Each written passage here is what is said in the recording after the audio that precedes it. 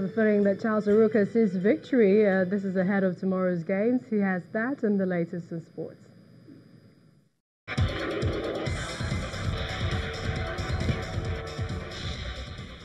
Thanks, Millicent. We'll definitely come to that. But we'll begin with boxing. And world-class athlete strategic advisor in Nigeria, Mr. Segun Adeniji, is asking Nigerians to support Larry Ekundayo as he prepares to defend his IBF European welterweight title against Louis Green. At a media event in Lagos, Ekundayo's promoters announced that his title-winning gloves will be auctioned in Lagos and charged the public to give more attention to the development of boxing. Our sports correspondent, Austin Okonakwan, has the report. In an atmosphere promoting the spirit of sportsmanship, officials of world-class athletes and Nigeria Boxing Board of Control are calling for support for Larry Ekundayo ahead of his title defense fight. Where everybody will be sitting. As Larry prepares for his title defense in London on the 14th of December, as I said, God willing, he will win, and then that will now set him up for the world title challenge in the new year. So again, we call for the support of Nigerians. He flies our colors all the time. He fights. Anytime he fights, you see this young man, and you'll be proud to be a Nigerian.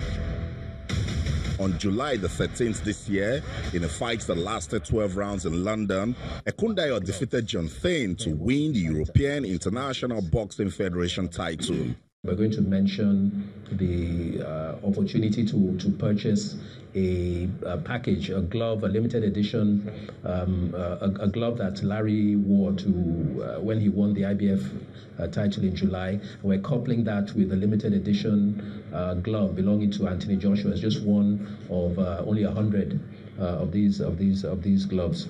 Hopefully, people watching this will tune in. They'll get behind him. Everybody knows how good a boxer he is, but outside of the ring, he's an amazing human being. I mean, there are no words to physically describe him, but you need to meet him in person and understand where he comes from and what he means to Nigeria as a whole. Ekundayo is in London preparing for his title defense fight, but he took some time off to answer questions via Skype.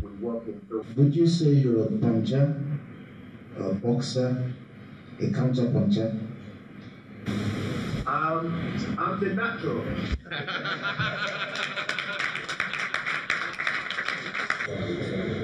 Ekundayo's achievement is commendable, and the team at World Class Athletes believe if Nigerians come together to support him, he can do more for the development of boxing in the country.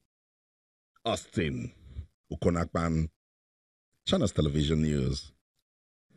And now to football. Super Falcons coach Thomas Denerby says his team will do whatever it takes to beat the Lionesses of Cameroon in the semi-finals of the African Women's Championship tomorrow.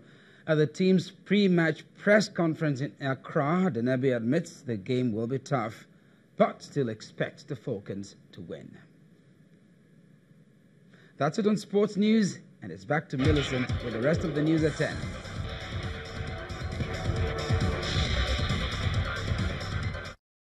Thank you, Charles. Well, European leaders are watching with caution, and this is in hope the tension in the Black Sea between Russia and Ukraine does not escalate further. The Ukrainian parliament is set to be right now considering the return of martial law, and this is following the capture of 3 of its vessels by Russia off the coast of Crimea. Russia says the ships illegally entered its waters. Earlier today, Ukrainians protested the provocation from Russia. Dozens of Ukrainian nationalists outside the Russian Consulate General in Kharkiv protesting over Russia's aggression at Ukrainian vessels in the Black Sea.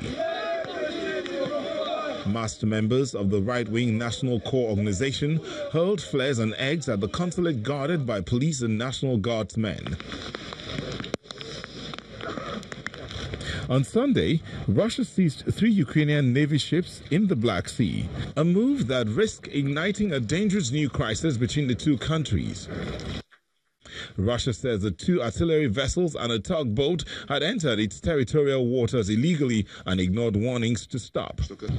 Ukraine denies its ships had done anything wrong and accuses Russia of military aggression. Russia in return opened fire and several Ukrainian sailors were wounded. These developments are unacceptable, and we expect Russia to immediately release the vessels and their crew and ensure that the need for medical assistance to the servicemen. As you've seen in our statement, we made it clear that international law obliges the Russian Federation to immediately reopen the Kerch Strait to passage of all vessels and maintain it unhindered. At this current time, it's imperative that utmost restraint is shown by all in order to de-escalate the situation. A bilateral treaty gives both countries the right to use the Sea of Azov.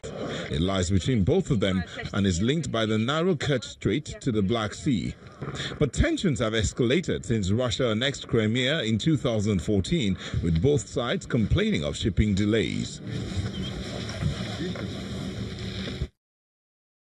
The main news again, talks between the leadership of the Academic Staff Union of Universities and representatives of the federal government to resolve the strike by lecturers in government-owned universities today ended without a resolution. Also today, President Muhammadu Buhari approved a new salary structure for police personnel in a move to reposition Nigeria police force towards its expected role in internal security. That's news at 10 tonight. Many thanks for watching. I'm Millicent Walker. Have a good night.